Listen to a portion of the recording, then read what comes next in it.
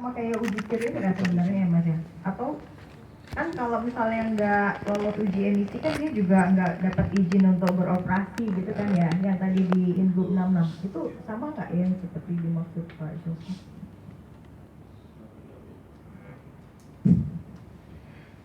Jadi yang untuk di butir 3 tadi, pada tahun 2025 tidak ada lagi kendaraan pribadi yang berusia 10 tahun yang melintas di wilayah DKI Jakarta. Jadi pembatasan usia kendaraan. Jadi pakai usia ya, bukan yang pakai uji emisi? Tetap juga. Jadi ada dua. Yang selanjutnya adalah itu tadi titik, kemudian uji emisi akan diberlakukan sebagai syarat dalam pemberian izin operasional kendaraan pribadi. Jadi selain usia kendaraan, yang kedua adalah uji emisinya juga, gitu. Jadi kita nggak bahwa dia selama dia beroperasi 10 tahun nggak diuji emisi, dia tetap wajib melakukan uji emisi. Gitu. Terkait dengan pelaksanaan uji emisi juga mungkin sedikit saya tambahkan. Terkait dengan kendaraan umum dan lain sebagainya memang ada di teman-teman dinas perhubungan gitu. Jadi dikaitkan dengan uji kir tadi Pak. Jadi di uji kir salah satu penilaiannya adalah salah satu faktor yang parameter menjadi penilaian adalah uji emisi, selain yang penilaian kayak kelistrikan dan lain sebagainya ya gitu. Kalau untuk kendaraan pribadi, mereka itu melakukannya di bengkel-bengkel uji emisi namanya Pak. Jadi bengkel-bengkel uji emisi, nggak mesti ATPM. Semua bengkel yang dia secara syarat ketentuan teknis dan administrasi memenuhi, mereka bisa menjadi bengkel pelaksana uji emisi gitu. Tadi saya coba estimasi jumlah, kemudian kita udah berhitung kalau kendaraan di DKI tadi kendaraan pribadi itu 3,5 juta, kemudian dalam 1 tahun itu di Perda kami, di Perda 2 tahun 2005 dan di Pergub kami 92 tahun 2007, uji emisi itu diberlakukannya setiap 6 bulan sekali. Artinya setiap setahun itu 2 kali gitu. Nah, kalau dengan jumlah 3,5 juta, kemudian dia 2 kali selama setahun, paling nggak ada 7 juta pengujian kendaraan bermotor. Gitu. Kalau estimasi satu bengkel dia bisa melaksanakan sekitar 25 sampai 30 dengan hari kerjanya kita 365 itu, paling enggak itu kami hitung-hitung membutuhkan sekitar 933 bengkel pelaksana uji emisi. Saat ini kami sudah memiliki sekitar 155 gitu. Makanya ke depan kami akan melibatkan perizinan usaha untuk penambahan bengkel pelaksana uji emisi ini, seperti itu. Jadi kita akan kaitkan ke depan dengan perizinan di PTSP bahwa setiap izin usaha bengkel yang dibikin izin usaha baru atau perpanjang, mereka harus memiliki fasilitas uji emisi. Gitu. Sebenarnya di bengkel-bengkel ATPM besar mereka sudah terbiasa melakukan uji emisi, walaupun mereka setelah melakukan uji emisi, masyarakat pun mungkin nggak tahu ternyata di emisi atau enggak. Sebenarnya kalau yang di ATPM besar yang kami melakukan pembinaan ke ATPM besar itu seperti Auto 2000, Astrido, Nissan, Daihatsu dan lain sebagainya, Isuzu, kami sudah muter ke ATPM, kita lakukan pembinaan. Mereka sebenarnya paket dalam pelaksanaan servis kendaraan. Makanya dalam pergub kami nyebutnya Pergub uji emisi dan perawatan kendaraan bermotor. Sebenarnya uji emisi dan perawatan kendaraan bermotor itu sesuatu yang sebenarnya nggak bisa dipisahkan. Kenapa 6 bulan? 6 bulan kan kita biasanya servis berkala juga 6 bulan biasanya dibatasi waktu 6 bulan. Jadi setiap 6 bulan mereka harus melakukan perawatan kendaraan yang di dalamnya itu ada uji emisi. Nah, untuk mensinkronkan dengan kebijakan pajak dan parkir, kami saat ini memiliki sistem aplikasi uji emisi. Di dalam sistem aplikasi uji emisi itu tinggal kita buka aja dalam aplikasi itu, tinggal klik plat nomornya kendaraan, kita bisa tahu ini mobil sudah lulus uji emisi atau belum. Kita udah bikin aplikasi itu, dan kita akan integrasikan dengan sistem pajak dan sistem dari parkir dan sistem dari PTSP juga terkait dengan perizinan bengkel dan lain sebagainya. Ini sedang kita susun nih Mbak. Target kami 2019 ini sesuai dengan amanat dari Inggub 66 harus jadi. Jadi ke depan kita nggak perlu cek lagi, kita tinggal masuk ke dalam parkir, kita cukup dapat QR code, tapi di dalam parkir itu sebenarnya udah ada data mengenai kendaraan yang sudah uji emisi atau belum. Ini akan kita berlakukan. Ini yang lagi kita simulasi, apakah dia benar-benar nggak boleh masuk atau dengan perbedaan tarif parkir seperti itu. Ini yang lagi kita simulasi nih. Kita nggak perlu, kita butuh kebijakan untuk kita bahas dulu sebelum kami benar-benar terapin ke masyarakat. Sama aja tadi seperti pajak. Apakah itu yang dia benar-benar nggak lulus uji emisi, nggak boleh perpanjangan sama sekali, atau tadi Bapak ada bisa diatur nih tarifnya, bisa batas atas, batas bawah, seperti itu. Nah, seperti itu yang kita coba mau simulasi, tapi itulah sistem yang sedang kita buat, alhamdulillah sedang berjalan. Jadi harapannya regulasi ini akan selesai di 2019 ini. Seperti itu. Itu dalam pembobotannya, maksudnya dalam nanti penentuan tarifnya sejauh ini sedang didiskusikan, Mas, apakah sudah memasukkan mungkin tadi yang disampaikan oleh Pak Joko, misalnya untuk penggunaan bahan bakar yang lebih hijau itu akan mendapatkan bobot yang lebih baik gitu, atau misalnya ada kriteria apa saja yang bisa sudah dimasukkan? Kalau terkait dengan pergub yang untuk pajak, mungkin teman-teman dibahas oleh teman-teman dinas dinas Dispenda ya, dinas pelayanan pajak gitu. Tapi kalau kami lebih fokusnya sih kemarin lebih fokus ke kalau dia menjadi peserta parkir, apa yang mau kita berikan, insentif dan insentif yang kita berikan gitu. Sebenarnya harapannya sih kalau terkait dengan pemerintah pusat, sebenarnya kan harapannya ada kebijakan terkait dengan perbaikan kualitas udara. Bagi kami sulit untuk meredam, tadi disampaikan kalau harganya lebih murah selama itu masih ada, pasti masyarakat akan lebih memilih itu, seperti itu kan. Bagi kami yang kami concern adalah emisi dari kendaraan itu. Gitu. Kalau dia bisa menjaga kondisi kendaraannya agar emisinya menjadi bagus, karena kita nggak bisa ngerem juga terkait dengan pembelian bahan bakar kendaraan bermotor, sulit untuk meredam itu gitu. Ya mungkin yang bisa kami lakukan tadi misalkan Mbak menyarankan saat ini sih memang kebetulan untuk yang SPBU DKI paling minim biasanya Pertalite ya, jarang premium, jarang, walaupun ada tapi tetap jarang. Tapi ketika itu ada, masyarakat mau nggak mau, sekarang mobil LCGC aja deh dibikin murah, tetap aja mereka karena ada yang lebih murah dia tetap beli yang lebih murah. Kami sulit untuk meredam itu. Tapi yang bisa kami kunci adalah emisinya. Concern kami Dinas Lingkungan Hidup adalah emisinya. Gimana dia bisa merawat kendaraannya dan mengeluarkan emisinya itu sesuai dengan standar yang ditetapkan. Dan di DKI sendiri, DKI itu menetapkan ambang batas gas buang itu dalam Pergub 31/2008 lebih ketat dari ketentuan yang ambang batas ditetapkan oleh pemerintah pusat. DKI itu udah lebih rendah lagi. Jadi kita lebih ketat lagi. Itulah salah satu yang DKI siapkan untuk menekan terkait dengan emisi gas buang kendaraan, mungkin gitu. Mas, mungkin boleh satu pertanyaan lagi. Ini nggak apa-apa nih. Iya, karena mau ketemu kan, selama ini kayaknya banyak pertanyaan banget gitu kan ya. Kalau yang untuk nanti pembatasan umur kendaraan itu ya, yang 10 tahun pada tahun 2025, nah itu apakah kalau misalnya setelah uji emisi itu nantinya dia ternyata emisinya masih di bawah ambang batas, apakah dia akan tarifnya misalnya menjadi progresif, atau misalnya ya pokoknya kalau udah 10 tahun nggak boleh lewat gitu? Karena kan tadi juga belum ditentukan, misalnya kalau yang emisinya anggap mobilnya masih 5 tahun nih, tapi emisinya itu sebenarnya sudah di atas ambang batas, jadi dia misalnya bisa dapat tarif tertinggi atau misalnya kebijakan lain yang belum ditentukan. Nah, fairness-nya gimana ya kalau misalnya 10 tahun tapi sebenarnya dia di bawah ambang batas tuh, itu gimana gitu? Kalau kita kunci tadi kata-katanya udah umur usia 10 tahun, artinya kita udah kita kunci, mau dia di atas 10 tahun tapi dia kondisinya masih bagus emisinya, ya kita udah terkunci di situ. Yang kita bermain artinya di batas 10 tahun, usia kendaraan 10 tahun.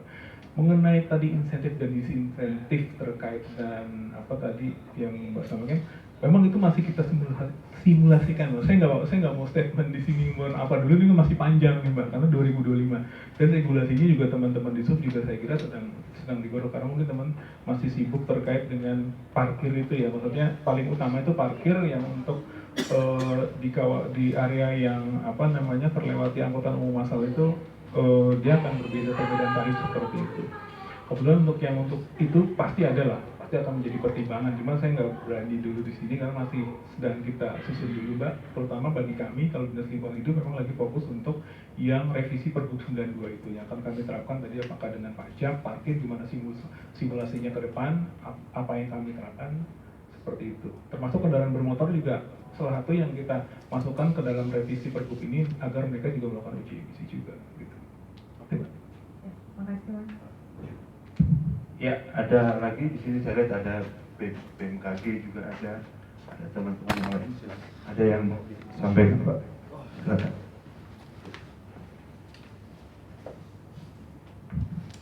Baik, terima kasih Pak. Assalamualaikum warahmatullahi wabarakatuh. Silakan, saya Indra dari Kedeputian Klimatologi BMKG. Jadi kalau kami ikuti tadi diskusinya, sepertinya sudah tahap aplikasi Pak. Bagaimana kita mengimplementasikan kegiatan penurunan emisi dan gas rumah kaca untuk ke sektor transportasi, industri dan sebagainya. Sedangkan fungsi BMKG yang selama ini kami jalani lebih kepada observasi atau pengamatan. Jadi kalau tadi kita lihat data yang ditampilkan oleh narasumber, mungkin secara umum seperti itulah kondisi data kita yang saat ini, bahwa konsentrasi polutan kita kan relatif tinggi, artinya kualitas udaranya jelek ya, itu adalah fakta. Dan kalau BMKG sebagai ini kita bersama, observasinya ini bukan hanya di Jakarta, jadi untuk seluruh Indonesia kita memiliki sekitar 20-an titik untuk memantau kualitas udara dan gas rumah kaca. Dan dari perspektif cuaca dan iklim, untuk kualitas udara ini kan juga tergantung kepada musim. Jadi ketika musim kemarau, untuk kualitas udara kita lebih buruk dibandingkan ketika musim hujan.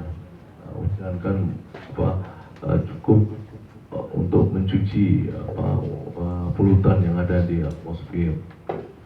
Yang berikut yang ingin kami sampaikan bahwa kita juga melakukan beberapa proyeksi iklim dengan berbagai skenario seperti yang disampaikan oleh narasumber kita tadi. Kalau ini tidak kita antisipasi seperti apa, kita 3 kadang. Dan hal yang jelas yang adalah ketika gas rumah kaca meningkat misalnya, tentu kemampuan atmosfer menangkap uap air itu jadi lebih besar. Jadi ketika hujannya yang selama ini lebat, dia akan lebih lebat lagi di masa yang akan datang. Tentu ini berkaitan dengan bencana alam. Hal lain yang ingin kami sampaikan yang terakhir adalah berkaitan dengan jaringan pengamatan. Jadi kalau kita lihat tadi yang disampaikan adalah hasil pengamatan yang dilakukan di Kedutaan Besar Amerika Serikat dan juga di rumah dinas. Dua-duanya adalah milik Kedutaan Besar Amerika. Ini memperlihatkan bahwa kita perlu sepertinya menambah jaringan pengamatan kita. Bukan hanya di daerah jalur transportasi, tetapi juga di daerah industri atau di daerah yang tadi diindikasi sebagai sumber polutan, yaitu di pelabuhan Tanjung Priuk. Tentu hal ini menjadi kita. Untuk BMKG sendiri memang nggak kesulitan untuk memperkuat jaringan pengamatan kita. Yang ada di sekarang adanya di Kemayoran dan satu ada di Citeko. Kenapa? Karena untuk BMKG prioritas pertama saat ini adalah tsunami. Jadi bagaimana kita memperkuat jaringan pengamatan kita untuk menyelamatkan jiwa manusia. Jadi kalau BMKG itu mengusulkan anggaran Bapenas untuk tsunami itu prioritas pertama. Yang kedua adalah untuk keselamatan transportasi udara, yaitu di meteorologi. Yang ketiga baru di udara. Jadi kalau dilihat sisa-sisa anggarannya untuk penambah jaringan, ya prioritas ketiga seperti itu kondisinya. Tentu ini kita tawar kepada instansi lain seperti KLHK, Dinas Lingkungan Hidup DKI, yang mungkin bisa menambah jaringan pengamatan ini. Karena apa? Karena target NDC ran api yang kita gaungkan selama ini kan harus diukur. Kalau kita nggak punya ukurannya, Masa kita mau bersandar pada ukuran yang dikeluarkan oleh luar negeri atau Amerika? Harusnya kita bersandar kepada ukuran yang kita lakukan sendiri. Mungkin itu Bapak Ibu ya. Terima kasih. Terima kasih Pak Eka. Dari BPTJ ada yang mau silakan. Terima kasih Pak. Kami ikuti dari awal, cukup menarik. Ini ya Pemerkarsa ini sudah lama saya kenal, 10 tahun yang lalu, dan kami kembali ke Jakarta. Tetap juga Belanda itu bagaimana kita terhadap ramah lingkungan sebenarnya. Beberapa kegiatan dan kebijakan itu memang harus ditaruh dulu. Apa kebijakan yang dalam rangka mengurangi pencemaran udara ini sejauh mana sudah diaplikasikan? Kita dengar dari DKI sendiri sudah melakukan. Kalau kami di BPTJ, bagaimana tingkat kepedulian cukup tinggi, bahkan sampai kita lakukan kemarin, bagaimana jalan kaki hijau ya, kemudian ganjil genap, berbagai tanggapan masyarakat kami tetap jalan, bagaimana penerapan emisi gas. Ganjil genap diterapkan. Bahkan kami secara pribadi melihat wilayah Jabodetabek ini seharusnya kita tetapkan ganjil genap itu berlaku harian. Jadi semua orang sudah siap, tidak lagi berjam-jaman gitu, karena kita tidak terpaksa dengan jam bekerja gitu ya. Seharian itu pendapat pribadi saya seharusnya. Tetapi sekarang kan ada keputusan dipakai jamnya ya, pembatasan jam, mungkin jam 6 ke jam 10 atau jamnya jam 4 ke jam 9 malam umpamanya. Itu silakan aja pemerintah daerah. Memang itu diyakini penurunan polusi ya. Kemudian beberapa terakhir ini kita lihat ada angka terus ya posisi kita atau pengukuran ya. Saya tidak tahu dengan pakai alat apa kita berfluktuasi, kadang di nomor 1, kadang nomor 3, kadang nomor 7. Saya lihat ini alat benar apa tidak ini, atau memang kita yakini bahwa pencemaran udara Jakarta sudah bahwa itu buruk. Bagaimana solusinya? Ini yang kita lakukan. Dari PBTJ sudah melakukan, bahkan langsung penerapan itu yang namanya pemberlakuan ganjil. Kita dorong terus. Kemudian ya emisi ya, bagaimana ini akan dilakukan. Dapat mungkin kemudian kalaulah boleh ya itu tadi kami selaras dengan DKI ya, penggunaan trotoar itu benar-benar bermanfaat pembangunannya ya. Bagaimana caranya supaya masyarakat mau berjalan kaki, yang ini yang kita sebarkan itu kemarin. Mungkin yang lebih ke depannya barangkali ini ERP ini sedang disusun bagaimana caranya nanti. Di sana ada insentif. Kita Jakarta sudah membuatkan tahun 2015 kalau tidak salah kajian mereka, bahkan kita di BPTJ ini tahun ini sudah akan menggaji. Nanti kita coba undang dari KPBB ini supaya ikut pembahasannya, supaya di wilayah Jabodetabek ini pemberlakuan ERP bagaimana caranya. Karena apa? Tingkat penggunaan kendaraan pribadi yang kita kita kurangi, kemudian diaktifkan dengan angkutan umum. Ini yang sering kita upayakan supaya ini berjalan dengan baik. Sayangnya supaya berjalan ya seperti adem-adem aja. Kenapa tidak pemerintah dengan komitmen tinggi? Beli itu 1000 bus umpamanya, seperti itu ya. Kita sebarkan sehingga masyarakat itu mudah menggunakan itu. Dan masyarakat bisa memakainya di mana kapan dia bisa. Kemudian barangkali gunakan ada subsidi terhadap angkutan itu supaya lebih gampang lagi menggunakan. Ini Jakarta sudah melakukan seperti Transjakarta. Hanya saja itu kan terbatas wilayah Jakarta. Bagaimana dengan Jabodetabek sendiri? Kita bergerak itu adalah di wilayah penyangga. Tidak seluruhnya masyarakat masuk Jakarta ini adalah masyarakat DKI Jakarta. Pergerakan informasinya sudah 50 juta bahkan mengarah kepada 100 orang, ya katakan 75 juta orang yang menggunakan namanya bergerak wilayah Jakarta. Apa yang harus kita lihat? Ya memang itu tadi dampaknya pencemaran udara, belum lagi gas rumah kaca tadi yang disebutkan dengan bus, truk dan mobil pribadi tadi. Ini cuma berfluktuasi semuanya. Untuk itu marilah kita semua instansi terkait tidak menentukan untuk wah ini yang lebih penting. Ini kami sama-sama, mari kita bersama-sama. Mungkin ada kesepakatan bahwa pencemaran udara dan emisi EGR harus diturunkan di wilayah Jakarta. Katakan itu bagaimana caranya? Duduk bersama, bagaimana harus dilakukan. DKI sudah berbuat ini. Bagaimana cara mereka bawa? Sudah mereka lakukan dari lahirnya Transjakarta itu sendiri, salah satu itu mengurangi itu, Pak. Tetapi tetap aja nih, mana yang salah? Kenapa terus ada ukuran yang berfluktuasi terus, Pak? Di mana? Mungkin pabrikannya atau penggunaan kendaraan bermotor yang setiap hari bertambah. Mungkin harus jelas itu penggunaan penerapan namanya kebijakan angkutan terhadap teknologi kendaraan. Kita menerapkan Euro berapa sekarang? Terapkan itu. Baik dari perindustrian, tidak lagi penggunaan. Seperti Jakarta tadi akan membahas 10 tahun, itu sudah terlambat Pak posisinya. Kita bikin Euro itu, kita kejar Euro 4 posisi sekarang, lakukan. Menggunakan Euro 4 itu semua apa yang kita bicarakan ini sudah ada di sana. Itu dari kami Pak sebagai masukan, dan kebijakan ini BPTJ mendukung. Benar ada di depan mendukung. Bahkan kemarin 2 hari kemarin kita sudah ada di jalan DKI, meskipun wilayah DKI kita bersama-sama. Ini namanya kebersamaan, kepedulian, sense of belonging terhadap Jakarta ini ada untuk BPTJ. Mungkin itu dulu Pak. Terima kasih Pak.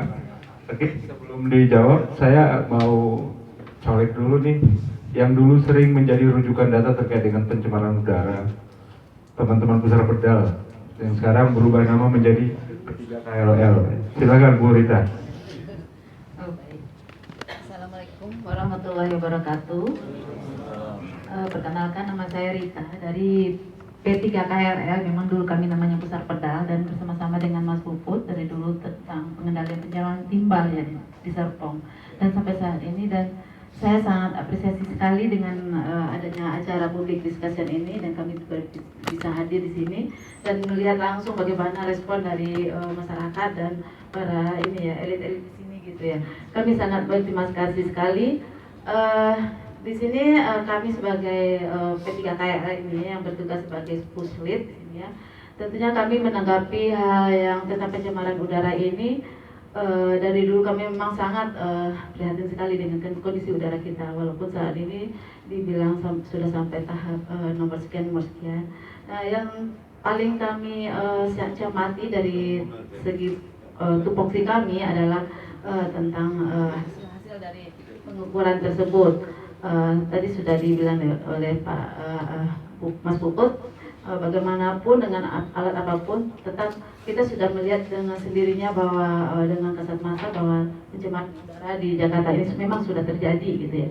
Namun secara ilmiah kita harus bisa menyampaikan secara puslit ya, kami sini harus bisa menyampaikan bahwa data-data kita itu sudah tervalidasi gitu ya. Di situ yang kami cermati. Untuk pengendalian pencemaran udara, seperti kita lihat Jakarta memang sangat lengkap sekali ya, makanya sekarang Jakarta menjadi suatu pilot project dari setiap dari kegiatan itu udara, karena di sini terdapat alat yang sangat lengkap sekali. Padahal kalau kita lihat pencemaran udara juga sering terjadi di Surabaya, di daerah lain-lain, di Serpong terutama ya, yang kami hidup sehari-hari di sana. Itu pun perlu diangkat sebenarnya gitu ya. Jadi baiklah, tapi ini sebagai pilot project tentunya ini akan menularkan ke semua daerah-daerah nantinya gitu ya. Memang untuk kami dari segi P3KL melihatnya untuk AQMS misalnya untuk pengukuran kualitas udara sendiri sangat bermacam-macam. Di sini kami melakukan semacam korelasi dari pengukuran tersebut, karena secara prinsip masing-masing pengukuran itu sangat berbeda-beda sekali. Nah, di situ kami melakukan semacam ada rasio-rasio, misalnya ada hasil penelitian yang dari luar negeri atau dari dalam negeri sendiri, kita harus melihat dari segi parameternya, alat yang diukur, kemudian satuannya dan segala macam. Itu kami melakukan penelitian kebetulan di puslit kami juga sudah ada salah satu bidang yaitu meteorologi, pengukuran, hasil pengukuran. Nah, situ kami melihat membandingkan hasil pengukuran itu berdasarkan dari alat-alat yang mereka gunakan gitu. Jadi di situ nanti akan misalnya ada laporan nanti rasionya bagaimana sih kalau misalnya menggunakan alat ini. Karena itu pun berguna untuk daerah-daerah nantinya untuk melaporkan dari hasil kualitas udara yang mereka masing-masing gitu. Mungkin itu Mas Puput. Terima kasih. Ada atau masih harus? Oke, selanjutnya ini ada sahabat lama saya, Mas Slamet Daryani dari IKLI. Ada yang mau kasih komen? Silakan Pak. Terima kasih atas kesempatan Pak Alfred. Saya concern dengan adanya kemajuan teknologi IT. Dengan adanya Gojek Electronic Transaction itu juga berdampak kepada kenaikan transportasi. Dulu orang yang malas ke pasar, malas membeli makanan karena jauh restorannya, dia harus masak sendiri di rumah. Sekarang dengan GoFood, sambil tidur-tiduran nonton TV, barang datang ke pintu. Itu udah akan memerlukan transportasi ojek. Nah, saya lihat jumlah ojek dari 3 tahun terakhir itu naiknya cukup signifikan. Bapak bisa lihat di setiap stasiun, Tanah Abang, Palmerah, itu ojeknya luar biasa. Luar biasa, naiknya signifikan sekali. Artinya apa? Dengan adanya public transportation di backbone, memang MRT, busway, tapi dari rumah ke stasiun dia naik apa? Tidak mungkin jalan kaki. Satu-satunya mungkin tanpa dia membawa kendaraan pribadi, ojek. Karena cepat, bisa masuk gang. Karena tidak semua kendaraan umum bisa masuk ke gang atau ke jalan-jalan ke perumahan-perumahan. Nah, ini peluang untuk Pak Puput untuk melihat ojek ini di satu sisi memang sebenarnya tidak manusiawi. Bahkan di Malaysia mungkin ada pro and con ya. Tapi di Jakarta tidak ada pilihan. Karena memang kebutuhan. Tidak mungkin bawa mobil, tadi saya bisik-bisik dengan Pak Abuna, kalau bawa mobil pribadi dari Bintaro, saya tinggal Bintaro, itu bayangkan jalan tolnya lagi, macet lagi, parkir lagi. Naik kereta api 30 menit nggak sampai, udah sampai Tanah Abang, ambil Gojek 15 menit udah sampai di kantor. Ya.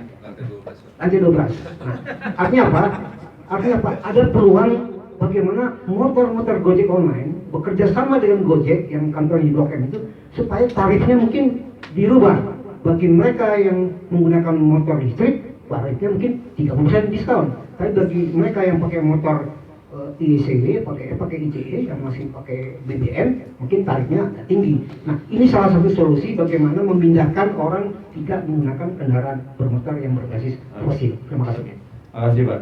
Jadi DKI Jakarta sudah menyiapkan trotoar yang ramah, harusnya yang bergerak kakinya tapi jarinya yang tetap bergerak gitu.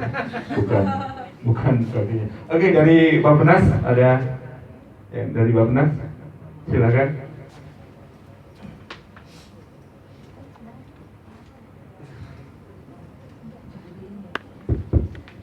Selamat siang semuanya, maaf ini mengganggu jam makan siang. Perutnya ada pada bunyi juga. Oh, udah masuk ya? Aduh. Silakan. Ini saya dari Direktorat Lingkungan Hidupnya, Pak Bu. Ada juga dari Direktorat Transportnya juga yang hadir hari ini. Pertama, overall menurut saya kajian ini sangat menarik ya. Harapannya mungkin bisa juga nanti output keluaran kajiannya juga jadi peraturan atau naskah akademik untuk peraturan mungkin untuk yang agar lebih konkretnya. Dari kajian ini dulu mungkin oke, mungkin nanti kajiannya itu lebih berat misalkan dari segi penerimaan pajaknya serta cukainya, tapi bagaimana dengan spendingnya sendiri, apakah dengan kebijakan ini mungkin bisa meningkatkan spending APBN atau APBD terkait lingkungan hidupnya, karena seperti yang kita ketahui bersama kan spending khususnya buat APBD lingkungan hidup tuh mungkin hanya sekitar 0,6%. Mungkin DKI case khusus ya karena APBD-nya kayak seperti itu misalnya. Kemudian dari Bappenas sendiri, saya di Direktorat Lingkungan Hidup. Sekarang kami lagi menyusun RPJMN 2020-2024 terkait dengan udara sendiri. Kita udah ada bab khusus sebenarnya, bab pembangunan lingkungan hidup, ketahanan iklim serta bencana. Lalu di bab tersebut juga ada major project tentang early warning system kebencanaan, di mana salah satunya itu masuk juga bencana lingkungan. Jadi kita memang 5 tahun ke depan khususnya, karena seperti kita ketahui data udara juga masih scattered di mana-mana dan belum terintegrasi. Kita pengen banget membangun sistem monitoring online ini, dan itu nggak hanya fokus di udara, memang ada di air juga dan dari aspek bencananya. Kemudian dari Direktorat LH sendiri, kami sedang menyusun kajian juga nih, mungkin nanti bisa disinergikan dengan kajian teman-teman BKF. Kita lagi bikin kajian tentang national development untuk khususnya buat sektor transportation ini. Jadi dari emisi dari sektor transportasi, kira-kira bagaimana pengaruhnya dari untuk impactnya ke kesehatan dan juga ke perekonomian. Jadi perekonomiannya sini mungkin targetnya lebih ke productivity yang hilang dari manusia yang terkena penyakit kesehatan akibat pencemaran udara, serta mungkin juga dari aspek biaya pengelolaan biaya rumah sakit yang harus dikeluarkan akibat dari pencemaran udara seperti itu. Kami sedang membuat kajian itu juga, mungkin nanti kita bisa saling mengundang biar bisa memperkaya masing-masing studi tersebut. Oke, dari yang transportnya ada yang mau? Silakan. Selamat siang, saya Erni dari Direktorat Transportasi Bappenas. Terkait peran Bappenas di dalam GRK ini, kalau mungkin dari Direktorat Transportasi sendiri sekarang sedang fokus dalam RPJMN itu adalah shifting dari kendaraan pribadi ke kendaraan umum. Salah satu yang jadi fokus kami adalah pembangunan 6 kota metropolitan yang nantinya bagaimana pemerintah pusat memberikan dukungan di dalam hal FS, dana dan sebagainya di dalam pengembangan 6 kota metropolitan itu sendiri. Kemudian Direktorat Transportasi sendiri sekarang kebetulan sedang bekerja sama juga dengan direktorat sektor lain, yaitu SDMP, Sumber Daya Energi Mineral Pertambangan, untuk kajian di dalam energi di transportasi jalan sendiri. Jadi kalau dari segi emisi sejauh ini paling konkretnya dari Direktorat Transportasi seperti itu. Kalau dari saya pribadi untuk insentif atau disinsentif sendiri, mungkin dalam transportasi umum itu bagaimana setiap masyarakat yang menggunakan transportasi umum dapat memperoleh insentif, karena mungkin tuh contohnya kayak Gojek kali ya, dulu pas ada poin-poin kalau naik Gojek ada poin gitu kan, mungkin bisa juga ide-ide seperti itu dimunculkan, kreativitas dalam insentif penggunaan transportasi umum seperti itu. Terima kasih. Oke, terima kasih. Satu lagi tadi ada dari Sekjen Dewan Energi Nasional dari Den mungkin beri input atau masukan. Monggo Ibu. Terima kasih. Assalamualaikum warahmatullahi wabarakatuh. Kami berdua dari Sekjen Dewan Energi Nasional di Biro Kebijakan Energi. Sebenarnya Bu, kami hanya mencoba memberi sedikit informasi ya, masukan. Kalau kami kan bertugas memfasilitasi anggota Dewan Energi Nasional yang terdiri dari 7 kementerian. Jadi kita sudah mengeluarkan Perpres ya, PP 79 tahun 2014 kebijakan energi nasional. Itu kan juga mencoba melakukan pengelolaan energi yang berdasarkan prinsip keadilan, berkelanjutan dan berwawasan lingkungan. Kemudian dalam RUEN yang terdapat dalam Perpres nomor 22 tahun 2017, kami juga sudah ada satu bab yang dalam menyusun RUEN itu mempertimbangkan indikator lingkungan. Jadi ada indikator gimana GRK gas rumah kaca ya, emisi gas rumah kaca, emisi GRK per kapita, emisi GRK per PDB. Kemudian nanti turunannya kami juga sedang melaksanakan pendampingan penyusunan rencana umum energi daerah. Itu juga kami mencoba memasukkan unsur